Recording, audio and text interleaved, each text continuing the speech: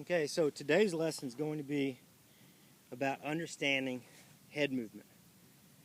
And head movement's very important. I just want to help golfers. I think the traditional things that people have heard from a novice golfer to even a tour player, they've heard about keep your head still. And there's some logic to that, and I've heard players trash it, which I probably will a little bit today too, because it's not about when you hear something, it's sometimes not defined. So because you don't have the video, you just hear the wording. So you would say most players would come out and they don't move their head, move their arms, and now we don't have any timing, which is first and foremost, and then we don't have really flow because we're just sitting here and we're not even swinging, right? So to understand the head, you have to understand what the shoulders and really just the shoulders and the hips, what the goal is here. When I set up, I want my left side of the face slightly behind the ball. I want my ball position slightly off my left side of the face right here with my irons. Wood's going to change a little bit more forward. But when I swing, you can see the ball's right here. I don't want my left side of my face going there. I don't want it going forward. Now, I don't want it going here. I want to turn my right side of my body, and I want my left side of the ball and my ear to be in alignment or slightly behind that at the top of the swing. But I don't want to try to turn my right side and drift my head over. I don't want to tilt my left side and get my head in front. I want to turn my body, and I want to be lined up, but I don't want to be just centered and stay put like this, okay? And then when people say, hey, I want you to turn more, what they'll do is they'll turn their whole body and their neck and their head and their face and turn it to the right. You can do that with your body, but you've got to keep your head and your face centered, okay? And that's what will start to load the body properly. Now, more importantly, when you move forward, this is what I see with a lot of players. They're trying to go attack the ball. They start trying to do the right things. They attack the ball. They push the club out in front like this. They get their head out in front of the ball, and then you're going to have to release the club to get the ball in the air. Okay?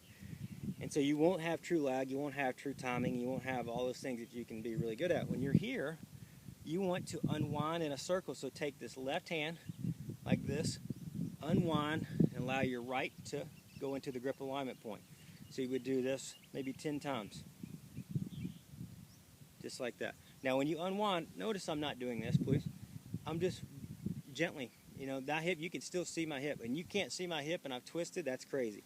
If you can only see my hip like that, you can see my head's already out in front. I'm too, what we call linear, out to the right. We want to have a slightly, if you watch here, if I take the club away, slightly move, and my weight shifted to my left toe. I did not go like this, by the way.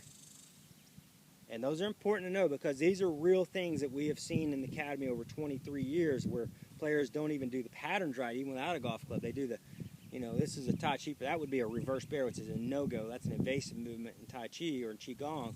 We want to be left toe with some rotation. We don't want to be left toe with your head. My head stays here. My weight can shift forward, do you see? Very important. My head does not go back to shift my weight forward. My head stays right here. And you can use a club, put the butt of the club on your head, and just practice when you're right here. And you'll feel it. And just resist that and allow your weight to get up there and allow yourself to circle. It's a great way of fixing the problems with the head. How much should the head drop in the golf swing? The most common question with that is like, what about Tiger Woods? Every player drops some in the golf swing.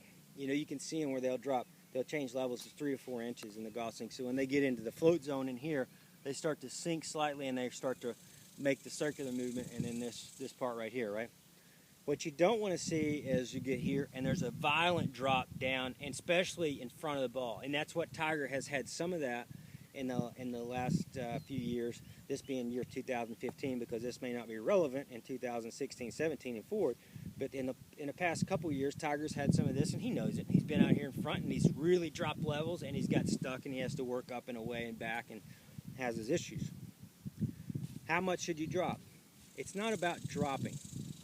When you're training our program, as you go back into the backswing here, right before the end of it, you're going to learn how to sink into both feet. Both feet become rooted in the ground. I have pressure not only in my left toe here.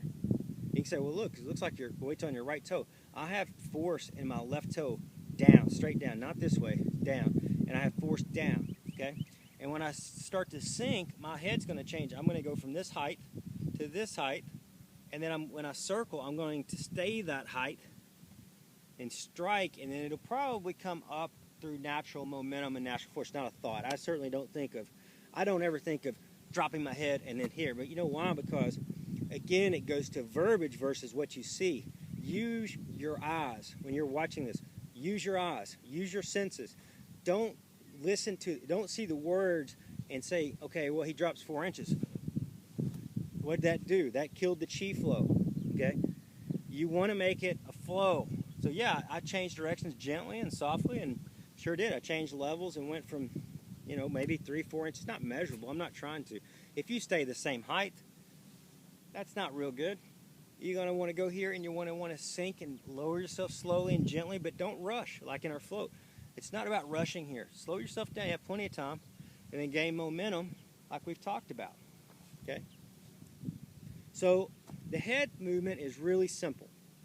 The head movement is just like Jack Nicklaus talks about. You turn around your spine and your head, and if your head moves, it's because of the force of the body moving, but it's going to be pretty much right slightly behind the ball. You're going to unwind, and it stays slightly behind the ball. Momentum will carry it slightly forward and around, but it won't. You're never forcing the head to move up and down and left and right. You're doing that with natural patterns. And it's very, very, very important to understand. And you got to remember, it's not about the verbiage. It's about the flow. Use your eyes. Watch yourself. Watch high-level players. Watch like somebody like me. I have all these demonstration videos where I'm showing the float and unwinding, and watch it. Just look and see if my head's over here in any of these demonstrations. Look and see if my head's over here in any of these demonstrations. They're not. It's going to be right where it started, and I went around, I circularly unwind around that, always doing the same thing, and that's the reason why I happen to be a pretty good ball striker, and so forth. You can do the same thing. Understand what how to move around your head, and what the function of it is, and then use your eyes. Don't use your ears. Don't use your brain and all this stuff. Try to figure it out because you've heard it. Watch your eyes and look for yourself. Look where every single great player is on the tour right now in their backswing as they circularly unwind through the downswing. Look and see for yourself where their head's at. Good luck with that, guys.